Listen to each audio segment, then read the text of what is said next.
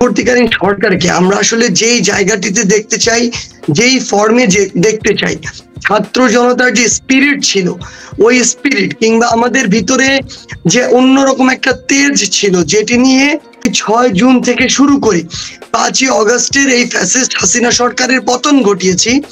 সেই স্পিরিটটা কেন যেন আমরা চাল চলনে, কথাবার্তায়, আঙ্গিকে কিংবা কাজের মাধ্যমে স্টিল অন্তর্বর্তীকালীন সরকারের আমাদের যারা উপদেষ্টা রয়েছেন তাদের মধ্যে দেখতে পাচ্ছি না। ইভেন আমরা এটাও কথা বলেছি, এই অন্তর্বর্তীকালীন সরকারে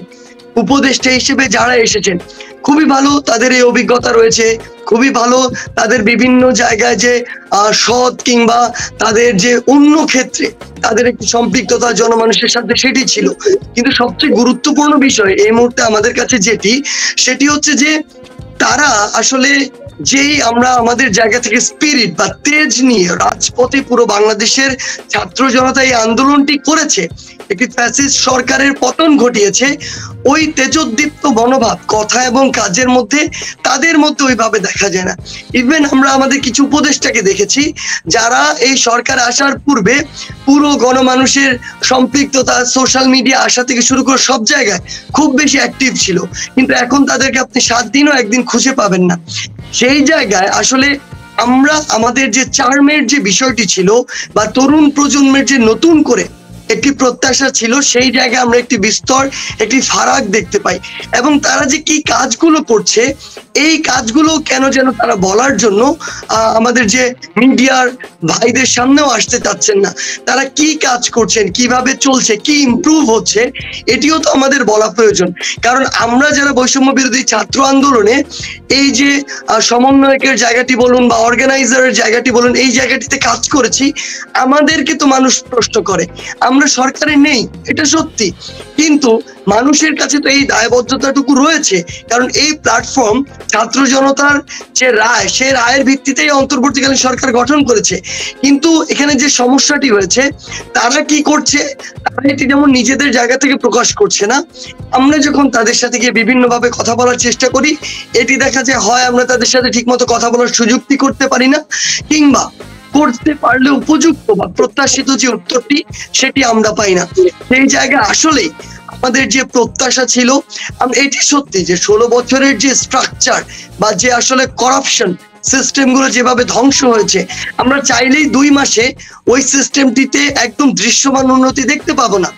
কিন্তু একটি গ্র্যাজুয়াল তো ইমপ্রুভমেন্ট আমাদের চোখে পড়তে হবে।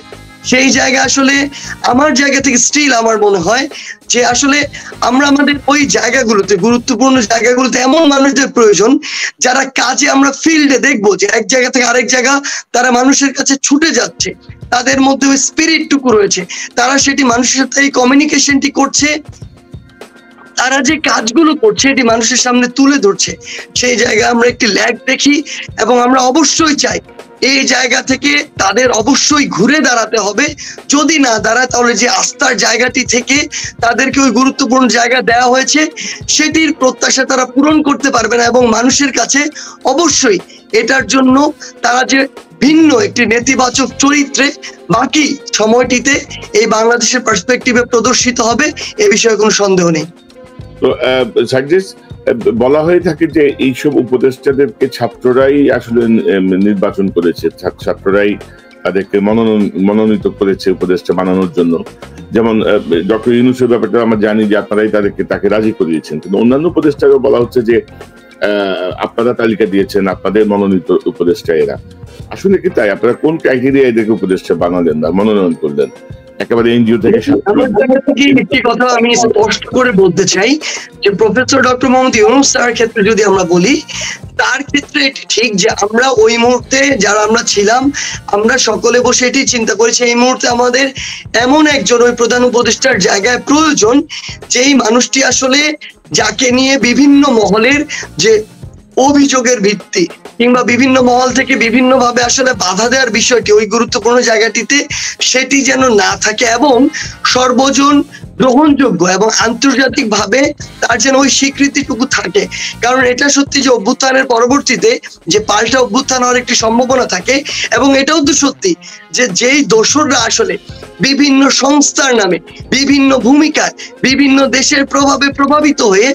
ওই সময়টুকুতে চেয়েছিল যে এই যে একটি ফ্যাসিস্ট হাসিনা সরকারের পতন হয়েছে এবং নতুন বাংলাদেশ এসেছে, এটার জন্য স্থায়িত্ব না থাকে, সেই জায়গায় তার মতো একটি ফেসকে আমরা উপযুক্ত মনে করেছিলাম এবং ওই জায়গাটিতে আমরা আমাদের জায়গায় একমত হয়েছিলাম এবং বাংলাদেশের অন্যান্য যারা রাজনৈতিক দল ছিল তাদের সাথে কিন্তু কথা বলা হয়েছে। আমাদের লিয়াজু কমিটি সেই জায়গাগুলোতে কথা বলেছে এবং তারাও একমত হয়েছিল ওই জায়গাটির ক্ষেত্রে। এবার বাকি যে জায়গাগুলো সেগুলোর ক্ষেত্রে যদি বলি, সেই জায়গায় একদম এটাই সত্যি যে বিভিন্ন জায়গা থেকে বিভিন্ন আসলে লিস্ট এসেছিল উপদেষ্টা মহলে কাকে বসানো যায়, সেটা বিভিন্ন রাজনৈতিক দল থেকে এসেছিল, যারা ছাত্র আন্দোলনকারী ছিল, সমন্বয়কারী ছিল তাদের জায়গা থেকে ছিল, কিংবা বাংলাদেশের সুশীল সমাজ, বুদ্ধিজীবী সমাজ, সকলের জায়গা থেকে লিস্ট এসেছিল। এবং এখানে একটি গুরুত্বপূর্ণ বিষয় হচ্ছে কিছু কিছু নামের ক্ষেত্রে কোনো নির্দিষ্ট একটি গ্রুপের সরাসরি না ছিল যে এই নামটি সেখানে থাকতে পারে না, আবার কিছু কিছু জায়গায় এমন ছিল যে এই নামটির ক্ষেত্রে অনেকের পজিশন নিউট্রাল। সেই জায়গা থেকে একটি ব্যালেন্স প্রক্রিয়ার মাধ্যমে কখনো এটি সত্যি নয় যে সবাইকে ছাত্র আন্দোলনকারীরা কিংবা সমন্বয়কারীরা বসিয়েছে, বিভিন্ন স্টেক হোল্ডারের মতামতের ভিত্তিতে, এবং যাকে নিয়ে কমপ্লিটলি এরকম একটা অ্যালিগেশন ছিল না যে তাকে বসানো যাবে না,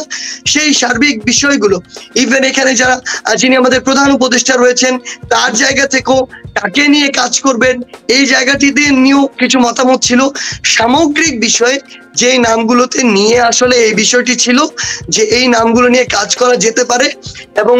স্ট্রিক্টলি এই নামগুলোর বিরুদ্ধে কোনো এলিগেশন নেই, সেই নামগুলো সেখানে গিয়েছে এবং সার্বিকভাবে এই উপদেষ্টা পরিষদ যেটি সেটি তৈরি হয়েছে। কিন্তু এটা তো সত্যি যে এটি চিরন্তন কোনো পদ নয়, এই পদটি যেমন ছাত্র জনতার রায়ের ভিত্তিতে ওই মানুষটিকে ওই পদে বসানো হয়েছে, ঠিক আমরা একইভাবে বিভিন্ন অলরেডি উদাহরণ সৃষ্টি হয়ে গেছে যারা জনগণের মতের প্রতিফলন ঘটায়নি তাকে সেই পদ থেকে অন্য পদে স্থানান্তর করা হয়েছে। আমরা আমাদের জায়গা থেকে বিশ্বাস করি ওই জায়গাটিতে বসে এখন যারা জনগণের মতের প্রতিফলন ঘটাচ্ছে না, যারা নির্দিষ্ট কোনো গোষ্ঠীর এজেন্ডা বাস্তবায়ন করছে কিংবা যাদের উদ্দেশ্য হচ্ছে ব্যক্তি স্বার্থ চরিতার্থ করা, ভবিষ্যতের আখের গুছানো, আমরা আমাদের জায়গা থেকে বিশ্বাস করি ছাত্র জনতা এই জায়গায় সর্বোচ্চ প্রতিবাদটুকু জানাবে এবং যদি প্রয়োজন হয় নির্দিষ্ট কোনো মানুষ যাকে অপরচুনিটি দেওয়া হয়েছে সেটির উপযুক্ত ব্যবহার তিনি করতে পারছেন না, ব্যক্তি স্বার্থে ব্যবহার করছেন, সেটির জন্য আমাদের প্রতিবাদ করা, রাস্তায় নামা থেকে শুরু করে যেটির প্রয়োজন হয় বাংলাদেশের ছাত্র জনতার রায়ের ভিত্তিতে এবং 24-এর ছাত্র জনতার অভ্যুত্থানের স্পিরিটের ভিত্তিতে আমরা সেই কাজটি আবার করতে প্রস্তুত আছি। আমি যদি একটু এক করি আপনার সাথে, ধরেন ওই যে আবার রাস্তায় দাঁড়াবেন, প্রতিবাদ করবেন, এত সময় আছে সময় নষ্ট করার? আমাদের 2 মাস হয়ে যাচ্ছে, 60 দিন, আপনারা একটা রিভিউ করেন কার পারফরমেন্স কি করেছে এবং সেই অনুযায়ী একটা স্ট্রিক্ট আপনারা অবস্থান নেন। কারণ দেখেন ডক্টর ইউনূসের প্রতি আমাদের পূর্ণ আস্থা এবং সমর্থন আছে, কিন্তু তার আশেপাশে যারা বসে আছেন তাদের কারণে কিন্তু আমরা ডক্টর ইউনূসকে সহ আমরা সমালোচনা করতে বাধ্য হব, আমাদের কিছু করার নাই আসলে। ডক্টর ইউনূস আমাদের অত্যন্ত সম্মানের একজন মানুষ এবং আমরা মনে করি আমাদের দেশের জন্য তার প্রয়োজন, আমাদের দেশের এই দুরবস্থা থেকে টেনে তোলার জন্য তিনি যথেষ্ট শক্তিমান একজন মানুষ। তো এবং উপদেষ্টাদের আমি যদি বলি যে আমি মাঝখানে অনেক আগে যখন এই সরকার গঠন হচ্ছে তখনই আমি বলছিলাম যে একজন উপদেষ্টাকে তৎকালীন DGFI chief Hamid, major general Hamid, 2টা গাড়ি চেঞ্জ করে ক্যান্টনমেন্টে নিয়ে একটা গোপন জায়গায় বৈঠক করে তার একটা তালিকা ধরাই দিচ্ছে। সেই উপদেষ্টার উপর ডক্টর ইউনূসের যথেষ্ট আস্থা ছিল, এখনো আছে, সে আসিফ নজরুল। তো অনেক কিছুই আসলে ব্যাহত হয়ে যায় অনেক কৌশলে, আমরা এগুলো বুঝিও না আর কি। কারণ সাখাওয়াত হোসেনের মতো একজন ব্যক্তি কি কারণে এখানে আসবে, আলিমা মজুমদার কি কারণে ঢুকবে, তারপরে আপনার এই যে ওই যে ব্যারিস্টার হাসান আরিফ অর্থাৎ বিপ্লবী চেতনায় ছাত্রদের শক্তিতে যে সরকারটা ক্ষমতায় আসলো সেই সরকারের সবার বয়স হচ্ছে 70 ঊর্ধ্ব, মানে ম্যাক্সিমাম আর কি, বিভিন্ন জায়গায় বসানো হয়েছে, কম্পেয়ার করলে আপনি দেখবেন 70 আপ সব। সো এগুলো এক ধরনের বিশাল, এইটাও এক ধরনের বৈষম্য আর কি, বিশাল বৈষম্য। তো আজকে আপনি একটা পোস্ট দিয়েছেন আপনার ফেসবুকে, আমি একটু আপনার সঙ্গে এই প্রসঙ্গটা শেষ করে, সরি ইনার ভাই, মাসুম ভাই আপনার একটু, ঠিক আছে